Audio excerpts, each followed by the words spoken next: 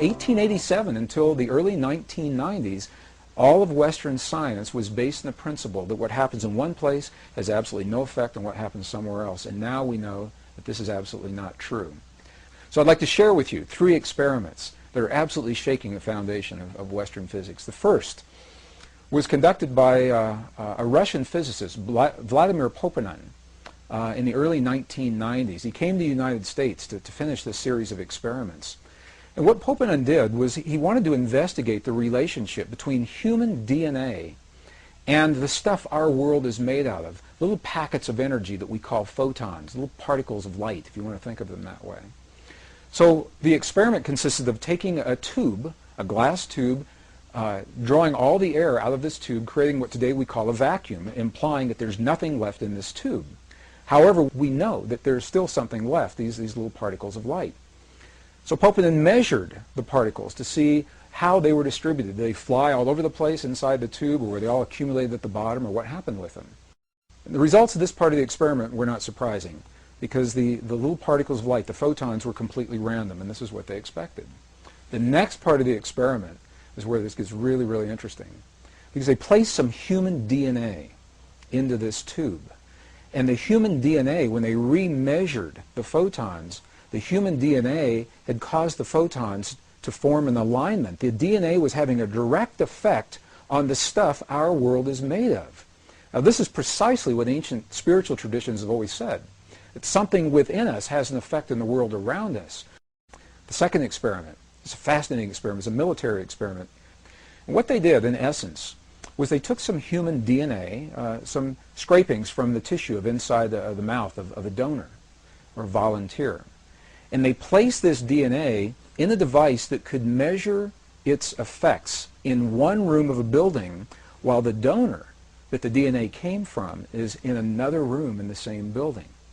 And what they did was they subjected the volunteer to what they called emotional stimulation that would elicit genuine responses of emotion, of joy or sadness or fear or anger or rage in one part of the building. And they were measuring the DNA to see if the DNA would affect to the donor's emotions. Now, why would it? In Western physics today, there's absolutely nothing that suggests that that DNA is still linked to the donor, on the one hand. And on the other hand, as they conducted these experiments, what they found was just the opposite. What they found was that when the donor was having his emotional peaks and valleys in one room, the DNA was having its emotional peaks and valleys in another room at exactly the same time. So the third experiment was conducted again in the early 1990s by the Institute of Heart and Math, a pioneering research organization based in Northern California that are exploring the human heart is much more than simply as a pump that moves blood through our bodies. And although our hearts do precisely that, it may be the least of what our hearts do. They're discovering that our hearts are the strongest magnetic field in our bodies, and the electromagnetic field that is produced by our hearts has an effect that extends well beyond our bodies. So they designed an experiment to test precisely this theory. This is no surprise. They took some human DNA and they isolated the DNA and asked individuals that were trained to feel what are called coherent human emotions, very clear emotions of love, appreciation, compassion, or anger, rage, and hate, to have those feelings on demand. And as the people who were trained to have the feelings did so, they measured the way the DNA responded. And what they found was this. They found that in the presence of appreciation, love, compassion, forgiveness, the DNA became tremendously relaxed. And just the opposite is true as well. In the presence of anger, rage, hate, jealousy, DNA was tightened like a little knot. Well, each of these three experiments was interesting unto itself. When you put them all together, however, rather than being interesting, isolated experiments, they begin to tell a story. And the story looks something like this. The first experiment, Vladimir Poponin's experiment, said that the DNA in our bodies has a direct effect on our world, on the physical stuff our world is made of on the energetic level. The last experiment shows that human emotion has the ability to change the DNA that's having an effect on the world around us. And the middle experiment, the one that was conducted by the United States Army, shows that whether we're in the same building or 400 miles apart, the effect is the same. We're not bound by space and time.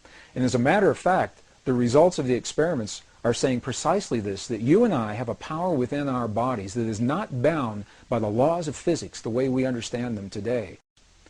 Ancient traditions not only recognized this relationship, they invite us one step further, and they left precise instructions in terms of how we apply this in our lives. In the late 1980s, I was an engineer working in the defense and aerospace corporations. I began exploring these concepts as an engineer, looking in the world around me to understand the history of those who have come before us.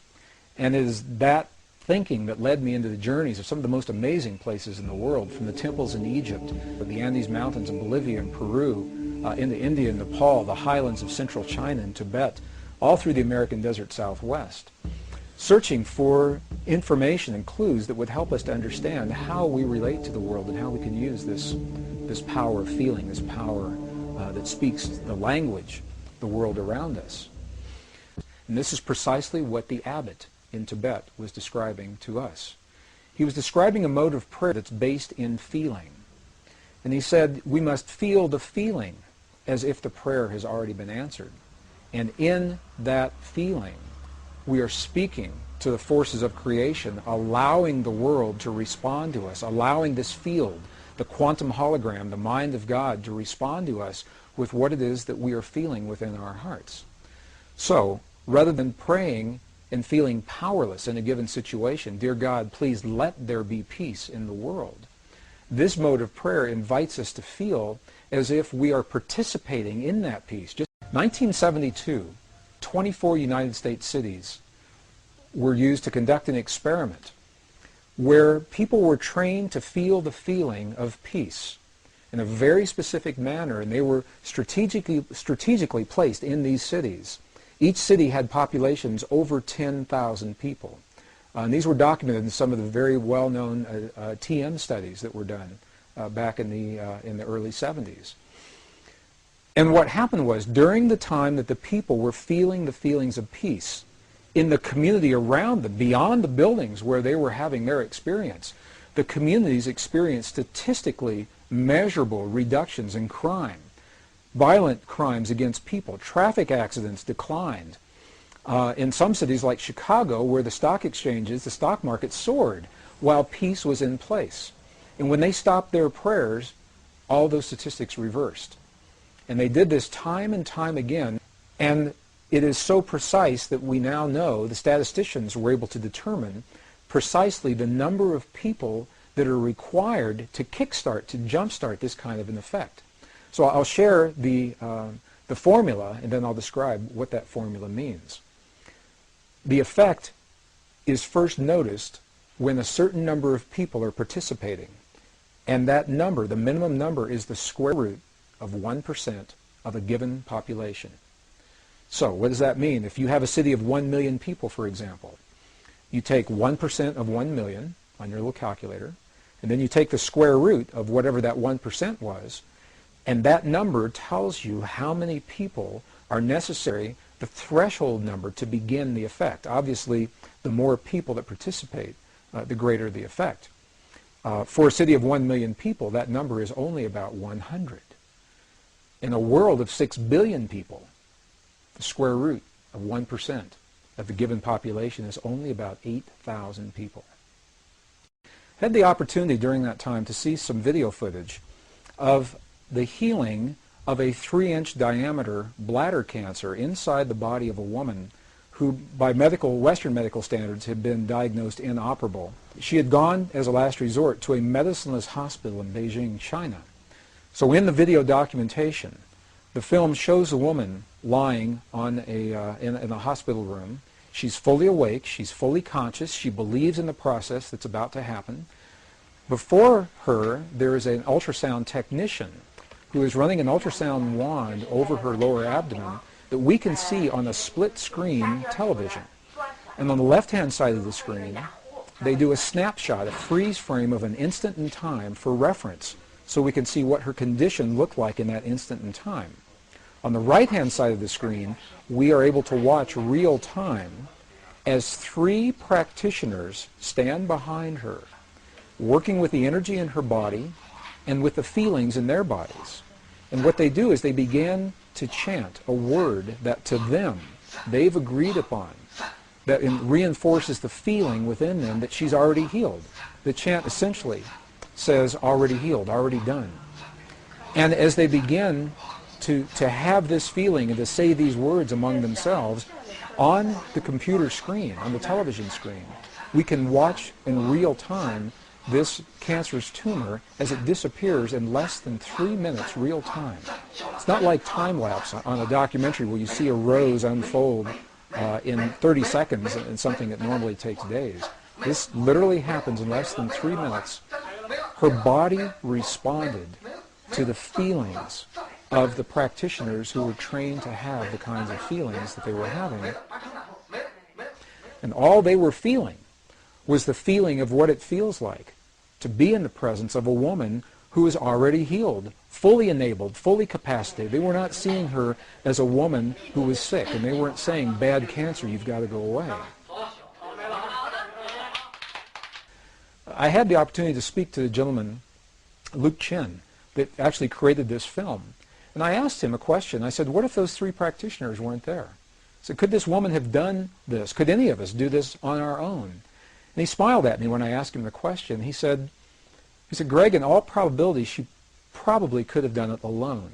However, there's something about us humans in that we seem to feel more empowered and stronger when we're supported by others in the things that we believe in and in the things that we choose to accomplish. Even more recently, the research has been done by the scientist Masaru Emoto regarding the relationship between human emotion, human feeling, and water drops is showing this relationship even more poignantly. What has happened is that these scientists, this particular research project, has discovered that droplets of water that make up over 70% of our world anyway and 70% of our bodies, that these droplets of water respond to human emotion, whether it is felt in the body or as it is actually written on labels that are placed onto vials of water, and the emotion of the researcher as the labels are being written and placed onto those vials. The vials are then frozen for a specific period of time, removed from the freezing process, and as they begin to thaw, they crystallize. And the crystals are the telltale sign of what is happening with the emotion.